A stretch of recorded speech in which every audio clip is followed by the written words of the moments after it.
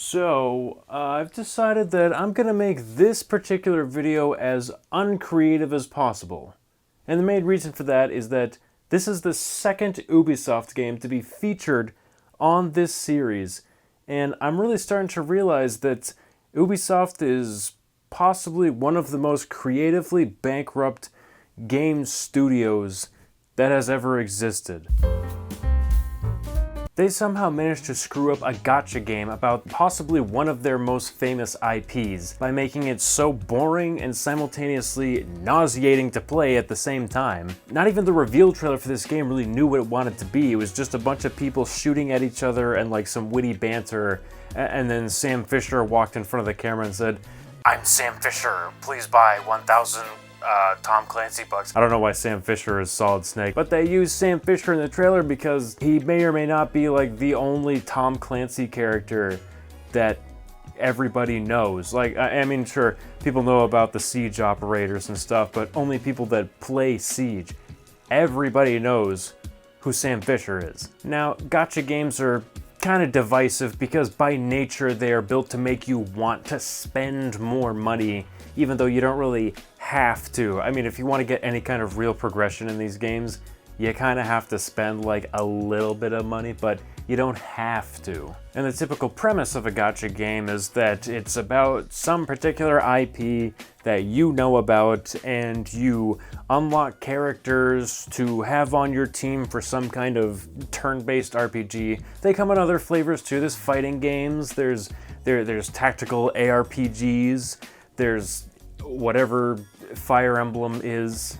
There's all different kinds of gacha games. Your enjoyment of gacha games usually stems from whether or not you really like the IP that the game is about. It's like, take me for example, I used to play Marvel Strike Force a lot because I like Marvel. I like all the heroes, I like the villains, there's a lot of cool like areas and lore and stuff in Marvel Comics, and I liked playing Marvel Strike Force. I eventually stopped because I just kind of was like hitting a brick wall at one point, and I had to play so much that it was like taking up time in my life that I could have been using to do useful things. So I stopped playing, but I enjoyed that game and I thought it was put together pretty well. You unlock the characters by, completing missions and repeating missions and doing stuff with your alliance or your guild or whatever, and weekly and daily and monthly challenges and all that all that kind of stuff. And you level up your characters with gear, and you get experience points and stuff. It's RPG stuff. It's if you've played an RPG, you get it. And then you take that formula and you make it just rewarding enough to where you come back and you play a little bit every day for the rest of your life. Now take the stuff that I just said and apply it to your favorite IP, as long as it's a popular one, and you've pretty much got a method for printing money. I mean, Marvel, Star Wars, Disney, whatever Genshin Impact is, Raid Shadow Legends. I mean, I guess Raid Shadow Legend pulls people in because, it's got like cool characters and it's like about generic magic, orcs, knights, dragons kind of stuff. And some of the characters got pretty big amounts of potential for fighting bad guys, I guess. I don't know, I just get the weird ads. And no, this video is not sponsored by Raid Shadow Legends, but it could be. Raid, come on, yeah, your people, me, hello?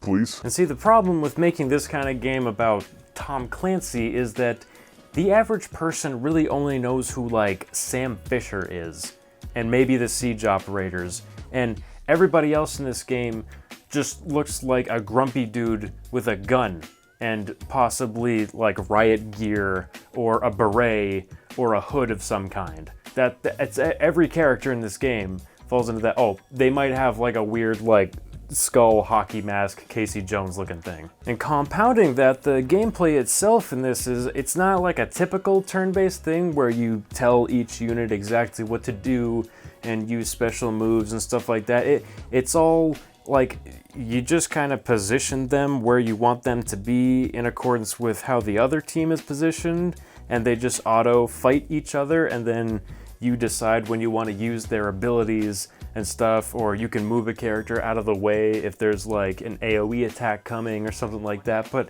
aside from that, it's pretty hands-off in terms of gameplay. And I played quite a bit of the game, and I mean, I definitely didn't come anywhere close to completing it, but I played enough to get the gist of the gameplay.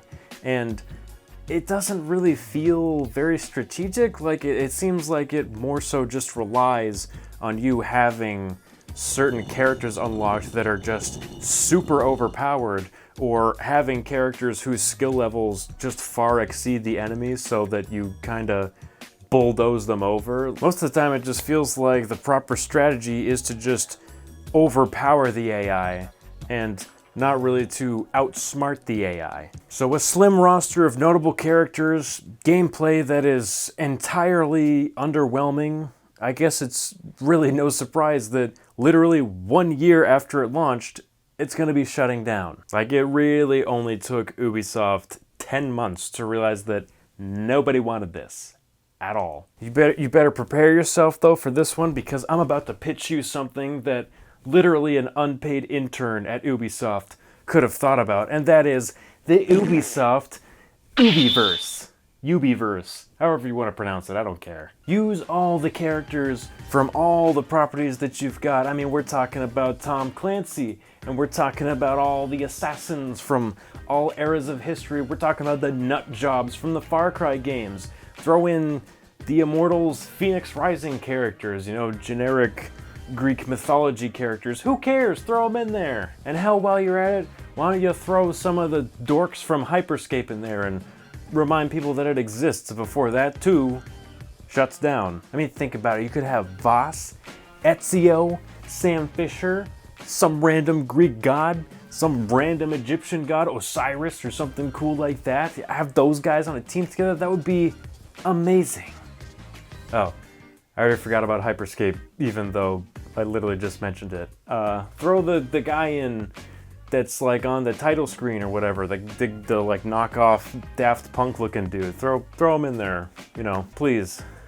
Literally anything from that game would help. Honestly, like, you could set the game in the world of Hyperscape, because all that stuff in Hyperscape is all like holograms and like virtual reality and stuff. So who's to say that they're not like, oh, we made virtual reality versions of all these amazing characters from across time and space, and they just so happen to be Ubisoft properties. Come on. And I said the same thing about Hyperscape, you know, in terms of throwing their other properties in there, but they just played it so safe and boring and bland, and I don't know why they are so afraid to cross their properties over into other properties. Just, guys, Nintendo did it a long time ago, and they're still doing it, and it's still working. Just do it. I mean, when that, like, Assassin's Creed movie, remember the Assassin's Creed movie? When that came out, they made a spin-off mobile game of that was a rip-off of Fallout Shelter. They took an Assassin's Creed game, made it into a movie, and they made that movie into Fallout Shelter. These people do not know what to do with their properties. I mean, yeah, sure, like, the mainline games, they seem to kind of know what they're doing. Rainbow Six Siege, like, people are still playing the ever-loving crap out of that. But, I mean, even the Assassin's Creed games, like, this is, like, hardly even an Assassin's Creed game. You could tell me that this game was just called Vikings, and I'd believe you, like, that this had nothing to do with Assassin's Creed. It was just like a cool thing somebody thought of. If you really want a good Norse mythology game, though, seriously, go play Valheim. It's cheaper, and it's fantastic. I think they're really just gonna keep milking that Rainbow Six Siege cash cow baby until it runs out, and then uh-oh. There's also, on the main menu in Elite Squad, if you scroll all the way to the right, there's a little message there that tells you that something is coming soon, and you know, they may or may not want to just take that down, you know, not get anyone's hopes up. Although, when you sign into the game now, you get the big fat bummer message of the game shutting down. But they do ask you to keep playing and unlocking characters and spending that little bit of time with us you got left, because we need you to spend money and unlock the characters. By the way, they haven't made anything like easier to unlock, at least as far as I can tell. it still costs a ton of money if you want to get anywhere in this game, even though it's shutting down in, I don't know, 2-3 months. And they still want you to spend money on it that eventually will mean nothing, because you won't be able to play it anymore. Do not spend money on this. And if somebody from that team somehow catches this video, please, for the love of God, stop letting people pay for things in this game that they won't be able to use or look at or even sniff in a few months. It'll mean nothing, and you're still asking them to spend money on it. Stop! So, to summarize all of my nonsense from this video, Ubisoft doesn't know what they're doing with their properties, especially the Tom Clancy property right now, because their new game, XDefiant, is made for literally nobody. Tom Clancy fans don't want this, and Call of Duty fans already have Call of Duty. What's funny is that the trailer for XDefiant actually got ratioed harder than my usual dead games. I don't know if you guys have noticed, but whenever I make a video about, a dead game or something, I get a fair amount of dislikes on it. So it's just funny to me to see one of the games I'm talking about get ratioed harder than me. You know what? Just to spite this game, I say we should start referring to it as Tom Clancy's RAR XD. Because that's really what this game deserves, isn't it? Tom Clancy's RAR XD. Also, small aside, but why did these guys take up so much of the RAR XD gameplay trailer? You guys aren't Tom Clancy. You're not Sam Fisher. Get out of here. Well guys, I'd say that's enough Ubisoft Tom Clancy's elite RAR XD squad for today. Please make sure that you like or dislike and comment and subscribe to become a part of the Reset Gang. And yes, that's right, all of you watching that are subscribed, you have a name now.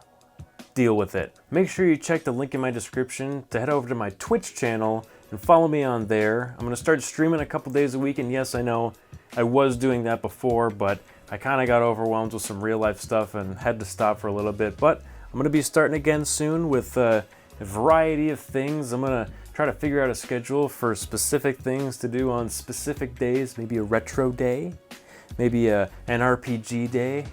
I don't know. Comment suggestions. Tell me what you want to see me do. Other than take a long walk off a short pier. Make sure you tune in to the next video where I kiss you. After you give me permission. I kiss you.